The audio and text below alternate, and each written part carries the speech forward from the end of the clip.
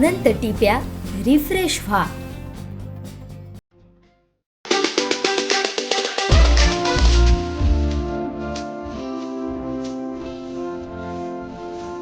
दीपावलीच्या शुभमुहूर्तावरती मंत्री दीपक केसरकर यांनी तळवडे होडावडे येथील व्यापारी दुकान व्यावसायिक यांची भेट घेऊन दीपावलीच्या शुभेच्छा दिल्यात.